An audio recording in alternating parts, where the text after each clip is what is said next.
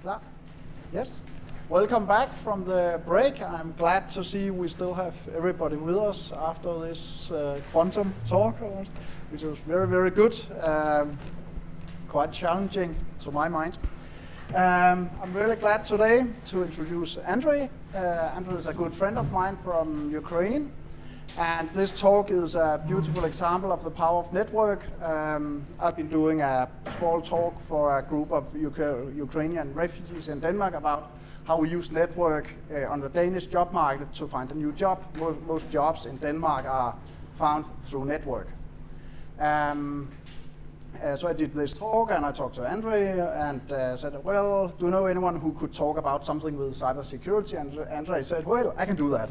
And this was last Saturday. So it was with very, very short notice. But Andrii really solved a problem for Lund&Bendsen. So I'm most grateful, Andrii, and I know you have a interesting and also tragic story to tell about the current situation, cyber war-wise in Ukraine. I'm looking forward to hear about it, and once again, thank you for really enriching this today's agenda. So welcome, and you can introduce yourself with a little more words than I. Yeah, okay, super. Thank you so much, Jakob. Okay, what about me and why I'm here? So I am a Ukrainian lawyer with 12 years experience, and in Ukraine I didn't think about change my career to cybersecurity or anything else because I'm a good lawyer and it's interesting for me. But because of full-scale invasion, I have moved to Denmark with my family. It was in May last year. So from that time I'm here, and I think how I can use my knowledge, my experience, and to do something good in this country.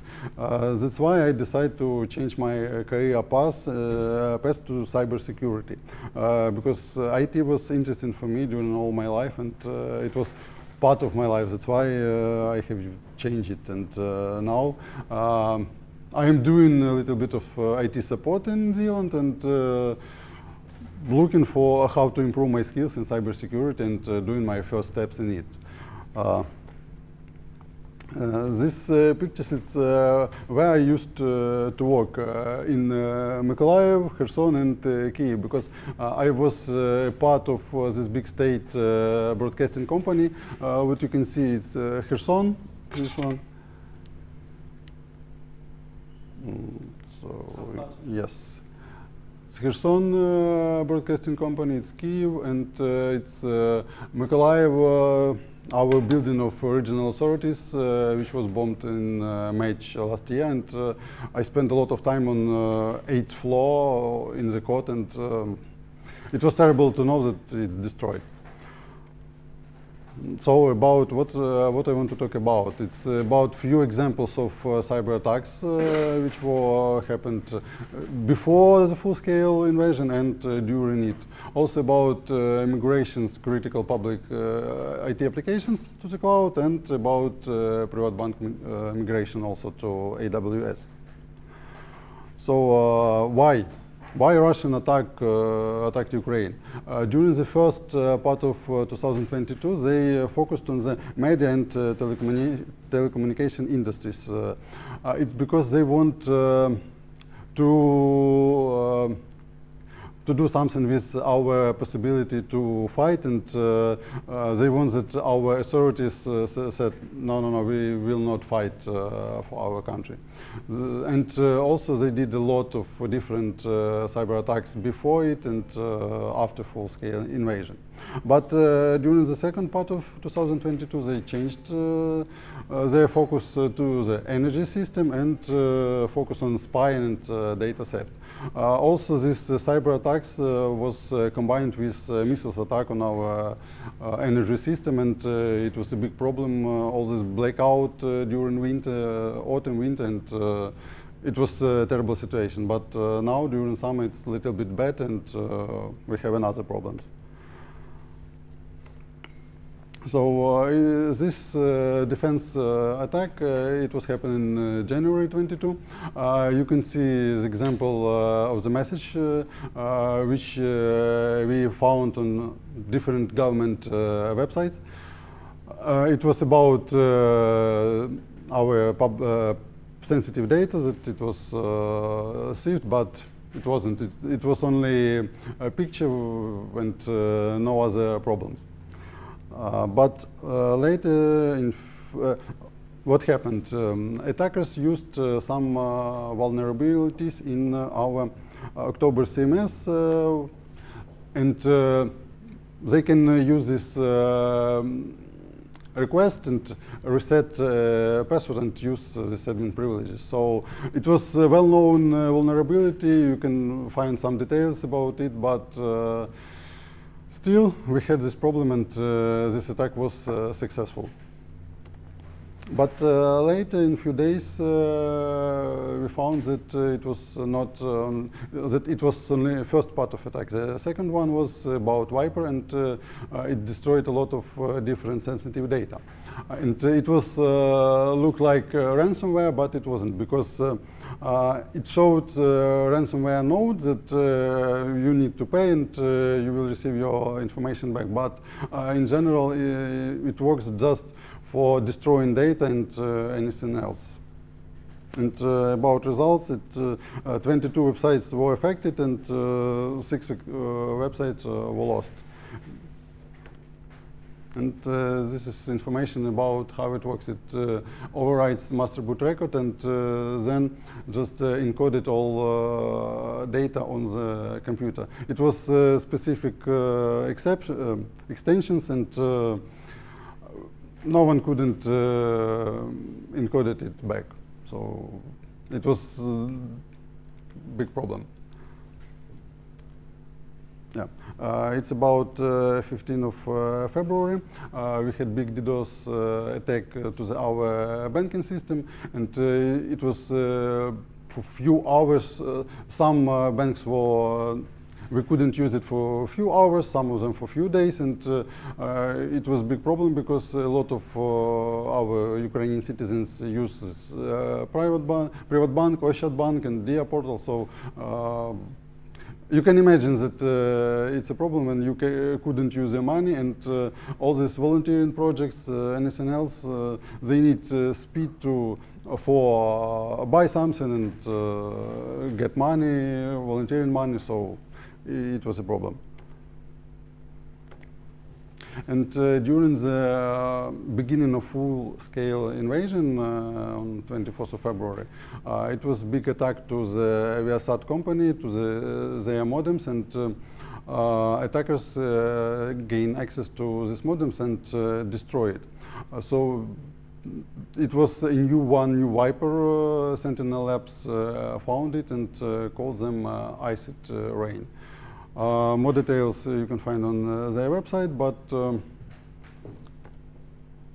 about results and what happens.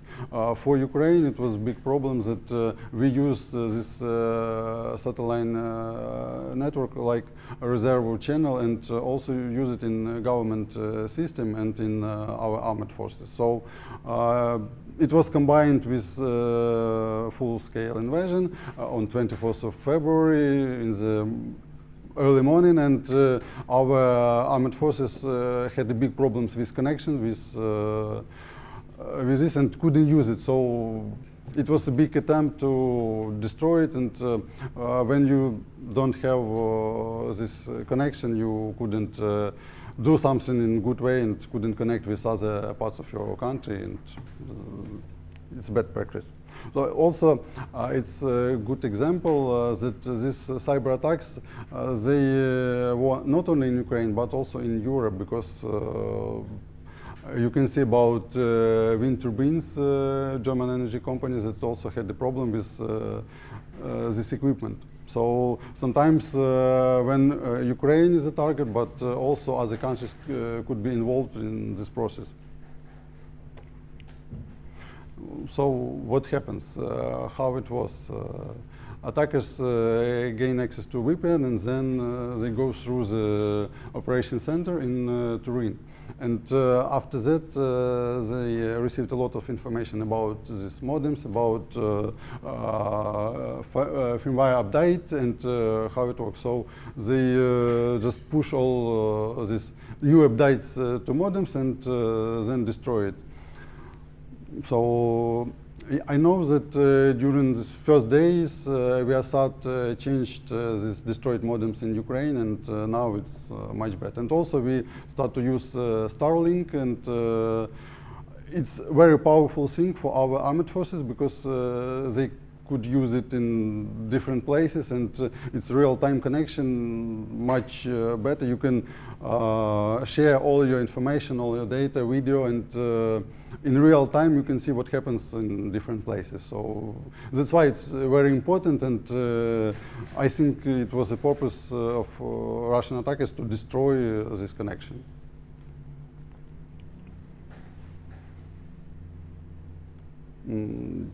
Yeah. Now I want to tell more about migration, about our critical services, IT services, and about regulation, because I'm a lawyer and I know how it was before full-scale invasion and after it. On February 17, we had a new law about this question, about all this public cloud infrastructure. It was very good, interesting, and we could use it, but in 6 months after we received it. So on 24th of February, it was good law, but it hasn't legal force. Yeah. We have a similar law in Denmark, but that's because of we are NATO countries, so that we have restricted yderst hemmeligt and hemmeligt. So we have these laws saying that you're not allowed to store state secrets in any system. So we do have the same law in Denmark. Yeah. It's we also had the same situation that our sensitive secret data we couldn't store it outside, but and that's why we had our own data centers in Ukraine, and it was a target of Russians' attack, because if they can destroy it, we lost a lot of data, and time to rebuild it, during this first day, it was a very bad idea. But as I say, we couldn't use this law during first days, during this full-scale invasion, and we need to do something. During this time, we have some regulations acts what were used, and what happens? The first one was our national bank. They decided that bank infrastructure is very important, and we need to do something with it. So they decided to allow Ukrainian banks to send all this information outside of Ukraine to the cloud, and don't look on this regulation about sensitive data, about state secrets, because you have two ways, lost it or push it to the cloud. So it's a very simple decision. We will do everything just because we want to save it and use it in later times. So that's why from this decision our banks start to think how to do it and how to send it to the cloud. Yep. I have a question connected to that problem exactly. I mean, traditionally or historically, we've seen a lot of situations where the attacker moves in, takes over the national databases and use that to eradicate the population. For instance, the Jews in Amsterdam was eradicated through the Jewish, their own registrations. So my question is, was there any consideration as to protect the data from getting copied by the Russians instead of just maintained, if you understand my problem? Yeah, I understand. It was more about risks of destroying. It was not about copying, because it was, not very well, but it was a good system, and it was secure. But if we have physical risks as a missile attack, and we will lost it, so that's why we need to move it. It was not about copying and.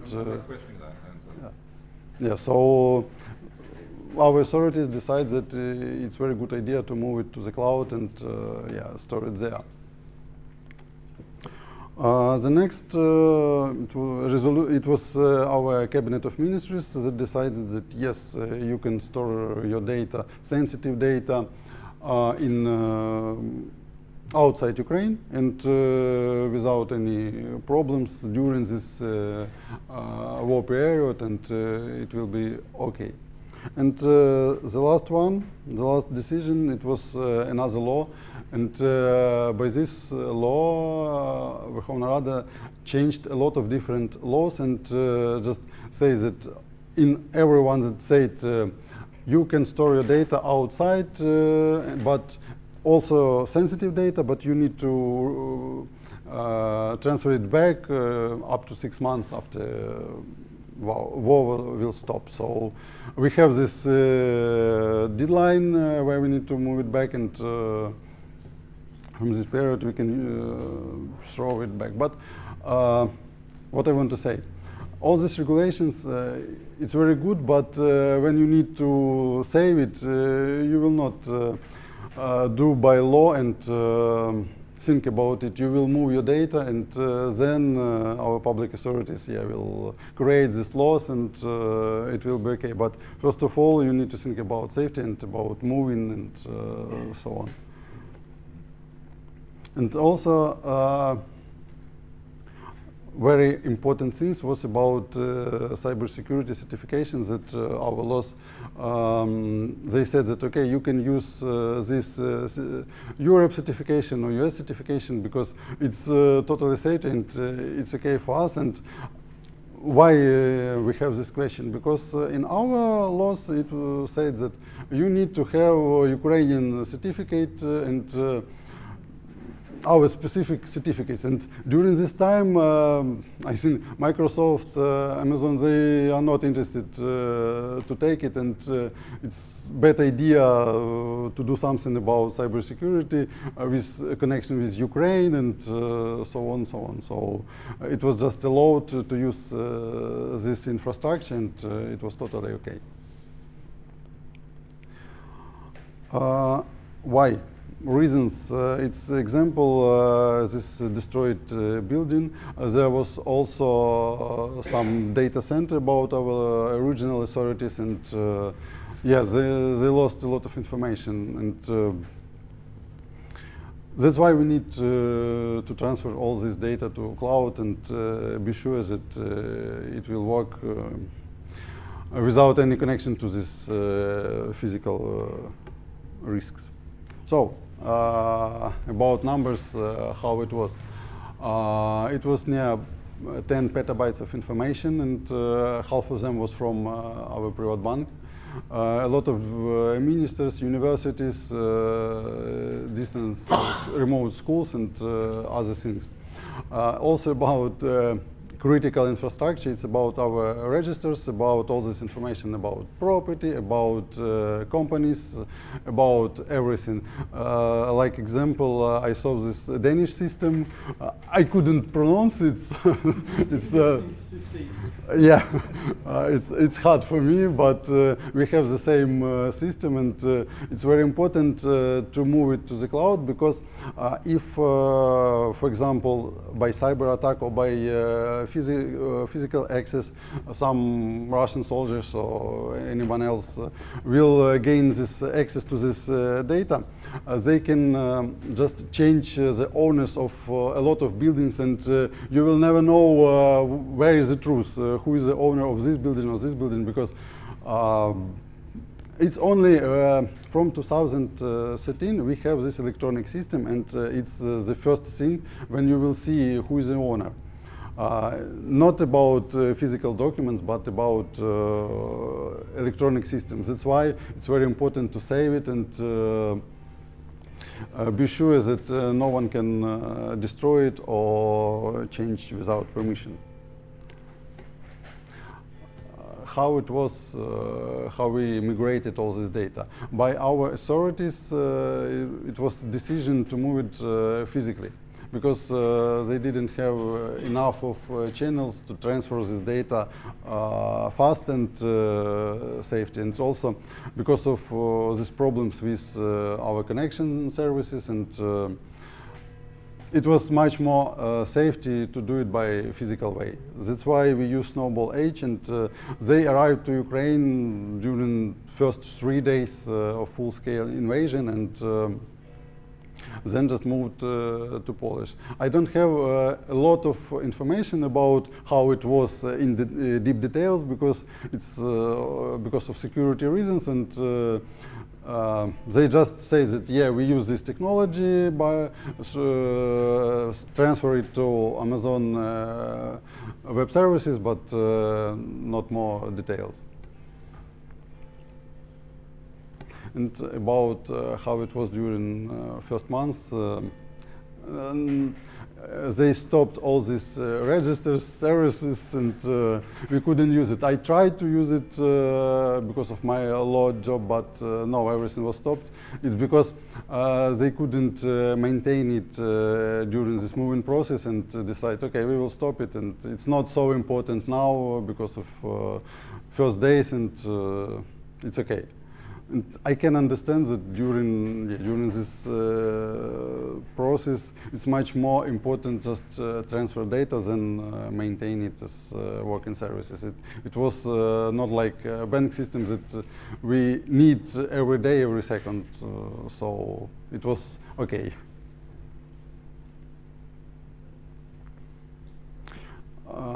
What I said about challenges about this big amount of data and physical problems with channels, we couldn't use it so in this good way, and that's why we use Snowball H and transfer it by this way. Also problems with complexity, this migration process, and all these things. When you can understand that authorities, it's not the best job what you can have, and not the best salaries. That's why really good professionals, they are not interested to be in this state services. That's why it was a big challenge for our professionals to do it. But of course we had a big help from Microsoft, from Amazon. They helped us to do it, and it was okay. Now everything is working, and it's okay. We have all accesses, we can use it, and it's not a problem. It works like it was before the full-scale invasion, so now it's good. And now I want to tell about Privatbank migration to the cloud. It was very big challenge because as I mentioned before, they had near 5 petabytes of information, and they need to maintain their processes online during all time, because a lot of volunteers use this bank for donation, for buying something for the army, and if you lost access to this money, it will be terrible. That's why they think how to do it and what happens. And it's a good example of how you can do it quickly. It was during 45 days, and from the beginning and to the end, and they moved everything, and it was only 60 hours downtime. I received these messages from my bank that we will be not available during 3 hours per night, and you couldn't use it. But it was during deep night from 3 o'clock, so no one want to use it during this time. That's why I think people didn't mention that we had this migration process, and it was totally okay for them. Also about reasons why. Because we need to maintain this access, this service for the client, and Privatbank want to save their business. And it's one of the biggest state banks, and yeah, very good example of critical infrastructure. And why they choose Amazon Web Services? It's because they have some experience with them. They have small, not small, but small experience with it, and good expertise inside. So they know what they need to do and how to do it. All these connections, and they didn't need to use a lot of time to establish this connection with AWS. That's why they decided, okay, we will move to AWS. About process, how it was. Because Private Bank had their own specialists, they decided we will do it by ourselves because we don't have a lot of time and we couldn't use 2-3 weeks to analyze our system, how we can migrate and anything else. So they just choosing the most critical system and do it step by step. Also, about channels, they had direct channels to AWS and they could use it, could transfer this data, and it was okay. Of course, there were some limits, but Amazon quickly raised this limit, so it was okay. And as some people from Private Bank said, that they maintain it was working on-site and in public clouds simultaneously, and sometimes it was hard to connect them to each other, but they did it. So it was totally okay, and no one could say that it was broken or something like that, and it's a good example how it was.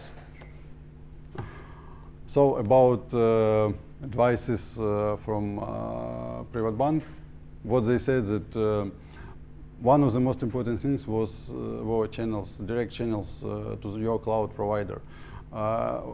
It was a specific problem in Ukraine because we had all these attacks to this critical infrastructure and blackouts and all these physical risks, and a lot of channels were destroyed. So it's very important, especially for last mile. Sometimes you have 2-3 providers, but last mile is only one, and if it will be destroyed, that you will have a big problem. Also about migration process and optimization process. First of all, they did migration to the cloud, and after that they evaluate what they can optimize and how to do it. And in numbers, they reduced their costs from the beginning of migration to the end. It was 3 times. So, because they think, okay, we need much more than they expect to use a lot of money, but some services they reduce it, and that's why they can also save money. And I want to mention that this help from Microsoft and Amazon, it was very good, and we really appreciate it, because all this technical stuff, all this cloud services and cybersecurity help, it's very important during first day of full-scale invasion and now, and that's why it's very good that these companies understand that we need this help, and they could provide it free of charge, and a lot of our critical infrastructure now is working on these platforms, and we know that everything will be okay on technical side, and no missiles, no other physical problem can destroy it. So, questions?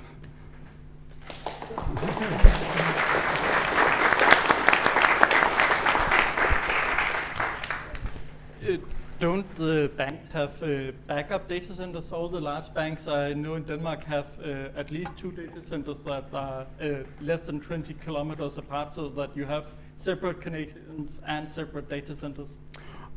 Yes, sure, they have these backups, but problem is that all of them were in Ukraine. So by Russian reconnaissance, they know where they are located, and they can destroy everything. It's not, you know, you can hide one of them and it will be okay. No, it's a big risk to destroy everything. That's why, yeah, we need this migration, and we did it. Any more questions? Yes, I actually have a question for all of you guys. Have any of you moved one server in an Danish enterprise within 45 days? Let me see your hands. No, I thought so. You got a question? I forgot my question now. Secret data centers. Just make the data centers a state secret. That is one way to mitigate that other people know about them. Yes, sure, but one more.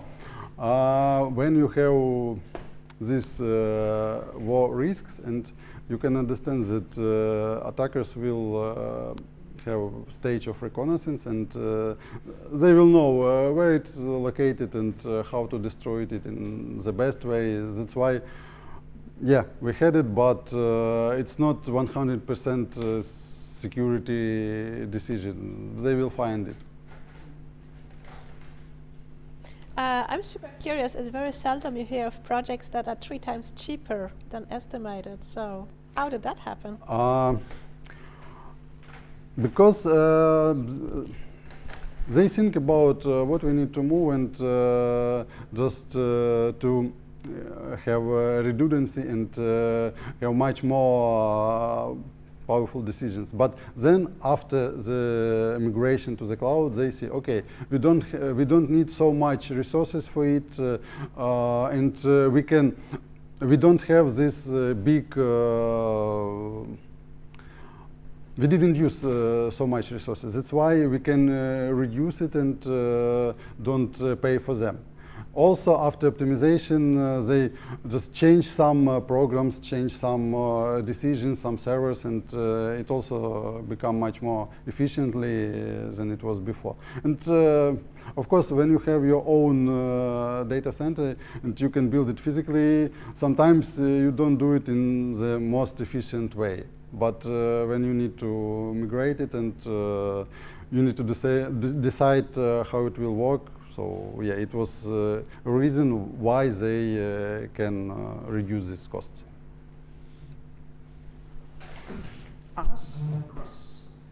Just one question. So you moved the server physically to Poland? No, we used this Noble H. It's 80 terabytes of information, each of it. And but then now we're using this private server in Poland. So it was a physical transfer from Ukraine to Poland, and then in Poland transfer it to the cloud, and also in one private data center there. Yeah, but my follow-on question is that my experience is that banks, they will often have some IBM mainframe stuff, and I don't know if they are available on Amazon just by this. I don't know answer for this question so deeply, but yeah.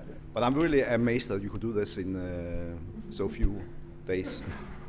You know, it's because when you have this kind of situation and these risks, you will think, okay, how I can do, not why I couldn't do it, but how I will do it, and you don't have other way, don't do it. Yeah. In the same period, we have been willing to train Ukrainians in flying jets, but they have not made the papers yet. They use the same time for that. So I'm amazed. It's also about some kind of bureaucracy, and Ukraine is big, and we have a lot of different people. They could work in different way, and you know how it works. Sometimes it depends of people, of their mindset.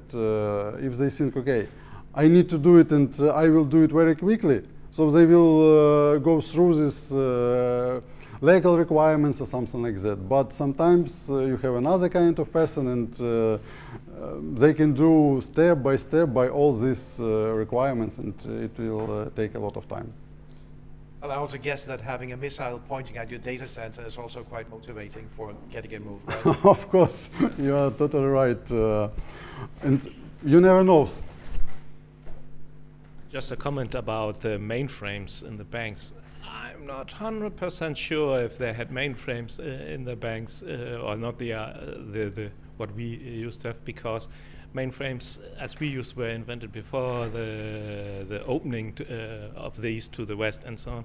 So probably when they caught up in after the opening of the Iron Curtain and so on, some of the technologies probably are not mainframe based or not so heavy loaded with the legacy that we have in our mainframes right now.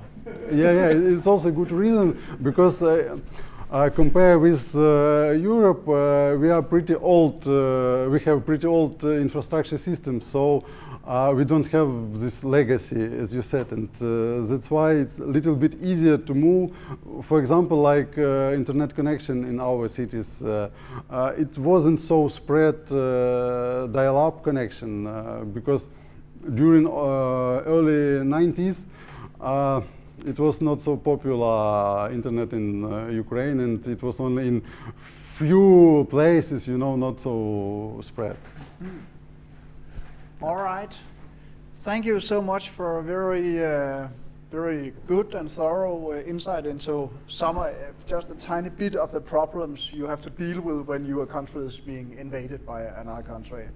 And I also think it's really kind of ironic that we want to keep data within our country. It makes perfect sense right now in Denmark, but one day it might make perfect sense to move data out of, say, Denmark. And I think it shows something about IT security, that there's never one clear answer or clear truth to anything in this area. It's always like some attack and some countermeasure, and what is the right thing to do today? It's not the same as what is the right thing to do tomorrow. But thank you so much, Andrii, and I think we should give you a applause. Thank you for your attention.